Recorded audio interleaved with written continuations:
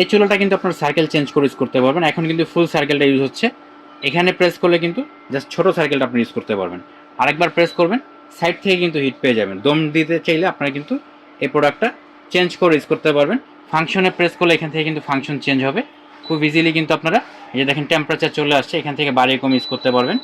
এখান থেকে minimum middle maximum করতে পারবেন, এখান থেকে কিন্তু বাড়িয়ে কম ইউজ করতে পারবেন।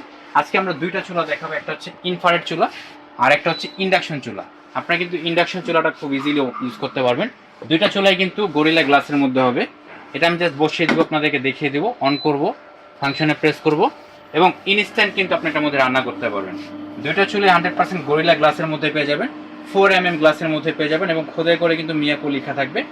স্পেশালি ইনফ্রারেড কুকারটা কিন্তু নিচের যে বডিটা আছে এই বডিটা কিন্তু মেটালের মধ্যে পেয়ে যাবেন আর ইজিলি ক্যারি করতে পারবেন। 2200 ওয়াট ক্যাপাসিটি হবে। ইন্ডাকশনটাও 2200 ওয়াট ক্যাপাসিটি, ইনফ্রারেডটাও 2200 ওয়াট ক্যাপাসিটি।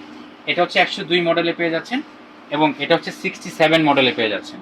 দুইটাই ইনভার্টার টেকনোলজি হবে, কারেন্ট বিল কম আসবে এবং এই প্রোডাক্টটা আমরা দিচ্ছি ডিসকাউন্ট অফারে। ডিসকাউন্ট অফারে সংগ্রহ করতে চাইলে আমাদের স্ক্রিনে দেখা নাম্বারে যোগাযোগ করুন।